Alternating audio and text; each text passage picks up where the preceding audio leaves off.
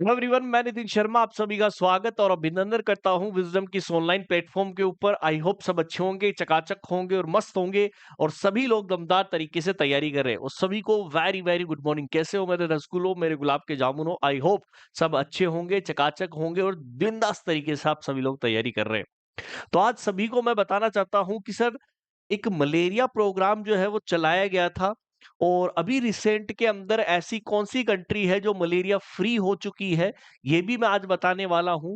और कब world malaria day celebration किया जाता है, कब अर्बन मलेरिया प्रोग्राम आया, कब 75 मिलियन केसेस हमें मलेरिया को देखने को मिले, national vector disease control programme कब आया, कौन कौन सी बीमारियां इसके अंदर इंक्लूड करी गई है, आज मैं आपको इसी के बारे में चर्चा करने वाला हूं। ये धमाकेदार सेशन आप सभी लोगों के लिए है, तो सभी लोग क्लास को लाइक और शेयर कर दीजिएगा, अपने सभी दोस्तों तक क्लास को पहुंचा दीजिए। और मैं स्टार्ट करता हूं सबसे पहले, मलेरिया क्या होता है।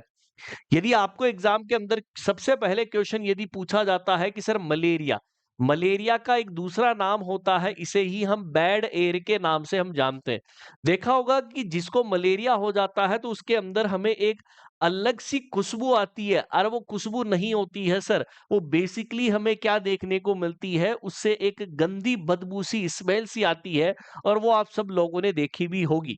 तो सबसे पहला क्वेश्चन जो आपका एग्जाम के अंदर बनता है वो ये बनता है कि वर्ल्ड मलेरिया डे, क्या वर्ल्ड मलेरिया जो डे होता है वो कब सेलिब्रेशन किया जाता है। यदि जिसको भी आता होगा वो तो कमेंट सेक्शन के अंदर बोलेगा ही बोलेगा, क्योंकि बहुत अच्छा क्वेश्चन बनता है। पहला क्वेश्चन तो आपका यहीं से निकल कर आता है। सर सेकंड क्वेश्चन बनता है कि एंटी मलेरिया वीक जो है वो कब सेलिब्रेशन जो है वो किया जाता है। और नेक्स्ट क्वेश्चन आप सभी के लिए बनता है, एंटी मलेरिया मंथ जो है वो कब सेलिब्रेशन करते हैं। बहुत सारे क्वेश्चन आपके तीन यहां से निकल कर आते हैं। जिसको भी पता होगा वो तुरंत कमेंट सेक्शन के अंदर मुझे आंसर भी देने वाला है। तो पहला क्वेश्चन का तो चलो आंसर मैं आपको दे देता हूं कि सर 25 अप्रैल को, क्या 25 अप्रैल को वर्ल्ड मलेरिया डे जो है वो हर साल सेलिब्रेशन जो है वो हम यहाँ पर करते हैं। चलेगा सर। वर्ल्ड मलेरिया वीक, देखो वीक की बात आई है तो एक वीक के अंदर 7 दिन होते हैं। और एक से लेकर जो 7 मई होता है, जो मई का महीना होता है, 1 तारीख से लेकर 7 दिन तक, वो 1 से 7 मई तक जो टाइम पीरियड होता है वो वर्ल्ड मलेरिया वीक सेलिब्रेशन करते हैं। फिर बात करते हैं एंटी मलेरिया मंथ कौन सा होता है। तो 1 से लेकर 30 जून तक आप जो सेलिब्रेशन करते हैं वो एंटी मलेरिया मंथ सेलिब्रेशन करते हैं। इसी से एक चीज को रिलेट करके मैं आपको याद करवाना चाहता हूं। एक क्वेश्चन आता है कि वर्ल्ड ब्रेस्ट फीडिंग वीक कब सेलिब्रेशन किया जाता है। ये थोड़ा सा हटके क्वेश्चन है क्योंकि रिलेटेड है। वर्ल्ड ब्रेस्ट फीडिंग वीक, एक क्वेश्चन तो आपका यही बनता है।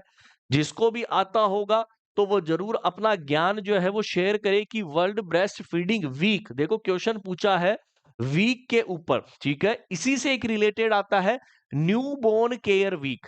इसी से कौन सा रिलेटेड आता है, न्यू बोर्न केयर वीक भी हमें देखने को मिलता है। अब बात करते हैं कि सर जो वर्ल्ड ब्रेस्ट फीडिंग वीक होता है, कि हमारे वर्ल्ड के अंदर ब्रेस्ट फीडिंग जो है वो वीक हर साल मनाया जाता है। और कब हम मनाते हैं, 1 से लेकर 8 अगस्त तक। कब तक, 1 से लेकर 8 अगस्त तक जो है वो हम क्या करते हैं दोस्तों, सेलिब्रेशन करते हैं। लेकिन न्यू बोर्न केयर वीक जो बनाया जाता है वो 15 से लेकर 21 नवंबर हर साल। कब, 15 से लेकर 21 नवंबर हम क्या करते हैं, सेलिब्रेशन करने वाले हैं। तो दो तीन आपके क्वेश्चन एग्जाम के अंदर बनते हैं, मेरे हिसाब से आप सभी लोग देख चुके होंगे। दोबारा से मैं थोड़ा सा एक्सप्लेन कर दूं कि वर्ल्ड मलेरिया डे कब हम सेलिब्रेशन करते हैं। तो आपने बोला कि सर 25 अप्रैल को मनाया जाता है, बिल्कुल सर ये बात सही है। Second, world anti malaria week कब सेलिब्रेशन करते हैं, 1 से 7 वीक, ये भी सर आपने हमें बता दिया। और मंथ कब आता है, 1 से 30 जून। बाकी दो क्वेश्चन और बनते हैं। अब सर मेन वीक बताइए कि जो आप लेकर आए थे। तो देखिएगा, सबसे पहले मैं बात करता हूं उस माइलस्टोन की। देखो हर साल कोई ना कोई स्टोन आप लेकर घूमते हैं, और माइलस्टोन मैं आपको बताने वाला हूं किसका, मलेरिया का। It is the very interesting topic, ठीक है। और क्वालिटी कंटेंट यदि आपको लेना होगा तो वो तो विजडम के पास ही मिलेगा। यस या नो? तो माइलस्टोन ऑफ मलेरिया की यदि मैं बात करता हूं तो मैं कब से स्टार्ट करूंगा? सन 1950 से। क्या? सन 1950 से मैं स्टार्ट करूंगा। सन 1950 के अंदर नंबर ऑफ मलेरिया केसेज, देखिएगा कि नंबर ऑफ जो मलेरिया केसेस थे वो कितने हो गए थे? 75 million. It is a important question. देखिएगा, जब 1950 के अंदर जब हम थे तो आपके मलेरिया के कितने केसेज हो गए थे? 75 मिलियन जो है वो देखने को हमें मिले थे। सर फिर 1953 की बात आई, 1953 की जब बात आई तो 1953 के अंदर एक प्रोग्राम लाया गया था जिसका नाम क्या था? एनएमसीपी जो है वो स्टार्ट किया गया था। अच्छा, नाम याद रखना, एनएमसीपी। एनएमसी की फुल फॉर्म क्या होती है? National malaria control programme. ठीक है, कौन सा प्रोग्राम जो है वो स्टार्टेड किया गया था? ठीक है, आप क्या बोलोगे कि सर एनएमसीपी जो है वो स्टार्टेड किया गया था। एनएमसीपी की फुल फॉर्म आपको याद रखनी है जी। एनएमसीपी की सन 1953 के अंदर नेशनल मलेरिया कंट्रोल प्रोग्राम जो है वो लाया गया। सर 53 के बाद में सर जब मैं 1958 के अंदर आया, 1958 के अंदर आया, तो यही नंबर ऑफ मलेरिया केसेस क्या हो चुके थे? कम हो चुके थे। और कितना आ चुका था? 2.1 मिलियन। तो यहां पर आप क्या लिखेंगे? Sorry, number of malaria cases, ठीक है, वो कितने हो गए थे? 2.1 मिलियन हो गए थे। और दोस्तों यहां पर एक क्वेश्चन और बनता है, यहीं पर आया था national malaria eradication programme. It is the important question. Malaria national malaria eradication programme, it is the very very important question कि सर 1958 के अंदर कौन सा प्रोग्राम आया था? आप क्या बोलोगे? एनएमईपी। देखो, सीपी का मतलब है कंट्रोल प्रोग्राम, ईपी का मतलब क्या है? Eradication programme. दोनों के बीच में थोड़ा सा डिफरेंस आपको याद रखना है, चलेगा। सर फिर बात आती है सन 1961 के अंदर। देखो, क्वालिटी कंटेंट आपको डिलीवर करूंगा, जो चीज आपके लिए इंपॉर्टेंट है वो चीज एक ही बार के अंदर आपके दिमाग के अंदर छाप दी जाएगी। ठीक है, सर 1961 के अंदर जो नंबर ऑफ केसेस थे, ठीक है, जो नंबर ऑफ केसेस थे वो कितने हो गए थे? 50,000। देखो, हर साल यहां पर दर बदर चेंज होता पैटर्न जा रहा था। जो मलेरिया के जो केसेस थे वो धीरे धीरे यहां पर क्या हो रहे थे? कम हो रहे थे। सर फिर फिक्स 10 साल के बाद में एक प्रोग्राम चला था, अर्बन मलेरिया स्कीम। क्या प्रोग्राम चला था? Urban malaria scheme. अर्बन का मतलब सभी जानते हैं, शहरी। ठीक है, ठीक है, शहरी। शहरी मलेरिया स्कीम जो है वो प्रोग्राम लाया गया था। देखो, ये सीक्वेंस आपको याद करनी होगी क्योंकि इसी सीक्वेंस से आपके बहुत सारे क्वेश्चन सोल्व होने वाले हैं आपके एग्जाम के पॉइंट ऑफ व्यू से। ठीक है, याद रखिएगा। चलो 1971 के बाद में फिर चलते हैं आगे 1977 कि सर हमारा तो कोई जन्म ही नहीं हुआ था उस टाइम, हमारा तो कोई औचित्य ही नहीं था, कोई याद ही नहीं करता था। तो लिखिएगा 1977 के अंदर modified plan for the operation.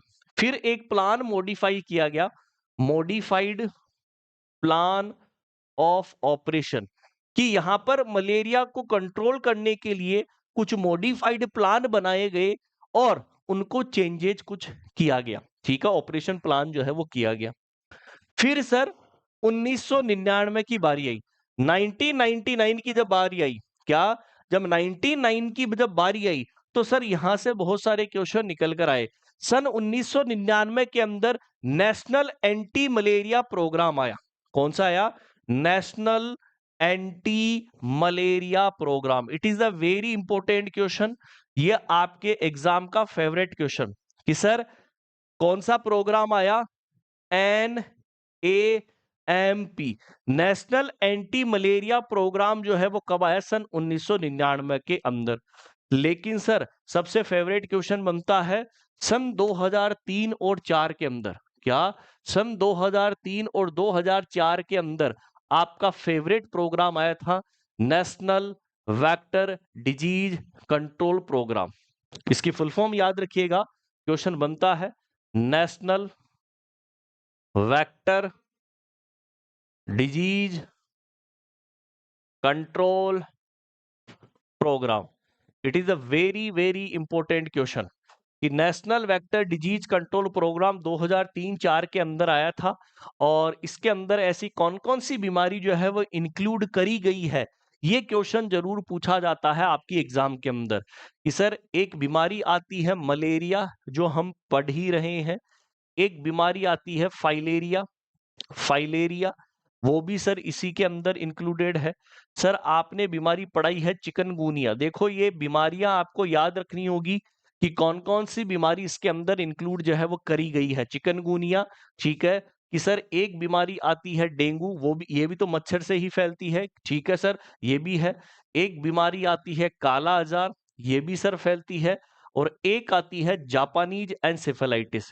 ये क्वेश्चन आप सभी लोगों के लिए इंपॉर्टेंट इसलिए है क्योंकि हर बार ये एग्जाम के अंदर क्वेश्चन पूछा जाता है। क्लियर है? याद रखिएगा, मलेरिया होता है, फाइलेरिया होता है, डेंगू होता है, चिकनगुनिया होता है, काला आजार होता है और जापानीज एनसेफेलाइटिस ये national vector disease control programme के अंतर्गत जो है वो लाया गया। अब सर ये बात तो ठीक है, ये तो रटे रटाए क्वेश्चन है जो हम पढ़ते हुए आए हैं। मेन क्वेश्चन क्या होता है वो सर सबसे पहले हमें बताओ। सर रिसेंट के अंदर 24 मई 2019 को, याद रखिएगा 24 मई 2019, क्वालिटी कंटेंट यदि लेना होगा तो दोस्तों एक यहां पर कम्युनिटी एक ऐसा सब्जेक्ट है जहां पर आपको अपडेट होना पड़ता है और अपडेट के लिए आपको पढ़ना पड़ता है और पढ़ाई हम करेंगे, क्यों नहीं करेंगे, क्योंकि सिलेक्शन लेना है। 24 मई सन 2019 के अंदर WHO ने एक कंट्री को सर्टिफाइड कर दिया कि ये मलेरिया फ्री कंट्री है। तो WHO ने क्या किया, वर्ल्ड हेल्थ ऑर्गेनाइजेशन ने एक चीज हमें बताई, सर्टिफाइड किया गया। क्या किया गया? सर्टिफाइड किया गया कि सर एक कंट्री है जिसका नाम क्या है, अल्जीरिया। वेरी वेरी इंपॉर्टेंट, कौन सी? अल्जीरिया। कि अल्जीरिया एक कंट्री है और ये क्या हो चुकी है, free from malaria, free from malaria. It is a very very important question. Recent की गाइडलाइन से क्वेश्चन यदि पूछे कि सर ऐसी WHO ने ऐसी कौन सी कंट्री थी जो मलेरिया फ्री हो चुकी है, तब आपका सीधा सीधा आंसर कहां चला जाएगा? मेरे हिसाब से अब आपका सभी लोगों का आंसर एकदम सही चला जाएगा। यस या नो? याद रखिएगा कि अल्जीरिया एक क्या है, देश है, कंट्री है जो फ्री फ्रॉम द मलेरिया और WHO ने इसे क्या कर दिया है, सर्टिफाइड कर दिया गया। वैसे एक कंट्री और है, ठीक है, WHO ने तो इसको तो सर्टिफाइड किया, लेकिन एक कंट्री और है अर्जेंटीना, ठीक है। और अर्जेंटीना भी सर ऐसी कंट्री है जो क्या हो चुकी है, फ्री हो चुकी है, मलेरिया फ्री कंट्री। ये भी क्या है सर, मलेरिया फ्री कंट्री होती है। ये भी कौन सी है, मलेरिया फ्री कंट्री है। अल्जीरिया और अर्जेंटीना दोनों ही है, लेकिन WHO ने सर्टिफाइड किसे किया, अल्जीरिया को। सर नेक्स्ट क्वेश्चन बनता है कि हमारे इंडिया के अंदर सबसे ज्यादा हाईएस्ट इंसिडेंस वाला स्टेट कौन सा है? ऐसा कौन सा राज्य है जहां पर ज्यादा बर्डन है मलेरिया, एंडेमिक स्टेट्स है, मलेरिया का एंडेमिक स्टेट्स, मलेरिया का endemic state, endemic state in India. हमारे इंडिया के अंदर जहां पर पर्टिकुलर लोकल क्षेत्र के अंदर ज्यादा जो है वो केसेज हमें देखने को मिलता है, तुरंत आंसर कर देना ओडिशा, ठीक है। उड़ीसा जो है वो ऐसा राज्य है जहां पर आपको ज्यादा केसेस देखने को मिलते हैं मलेरिया के, और मलेरिया का एंडेमिक स्टेट भी इसे माना गया है, ठीक है, हमारे इंडिया के अंदर।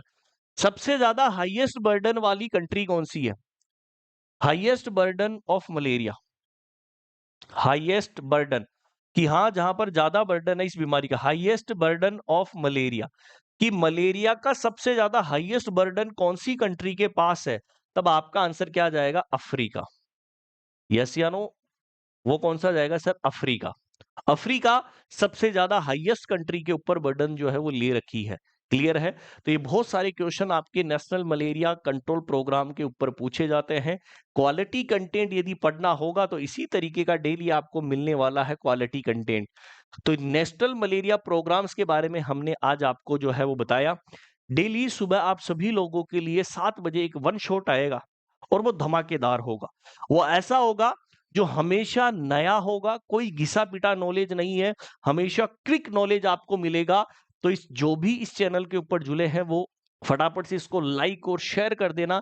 चैनल पर नए आए हैं तो सब्सक्राइब कर लेना, क्योंकि आपका सिलेक्शन क्वालिटी ऑफ कंटेंट में होने वाला है, और क्वालिटी ऑफ कंटेंट विजडम हमेशा देता हुआ आया है विथ अपडेट नॉलेज और टीम के साथ में। ओके, सभी को ऑल दी बेस्ट। कैसा लगा आपको वीडियो? जल्द ही ट्यूबरकुलोसिस के ऊपर एक नया वीडियो आ रहा है धमाकेदार तरीके से, और नया लेटेस्ट डेटा गाइडलाइन के अकॉर्डिंग मिलेगा। Thank you so much.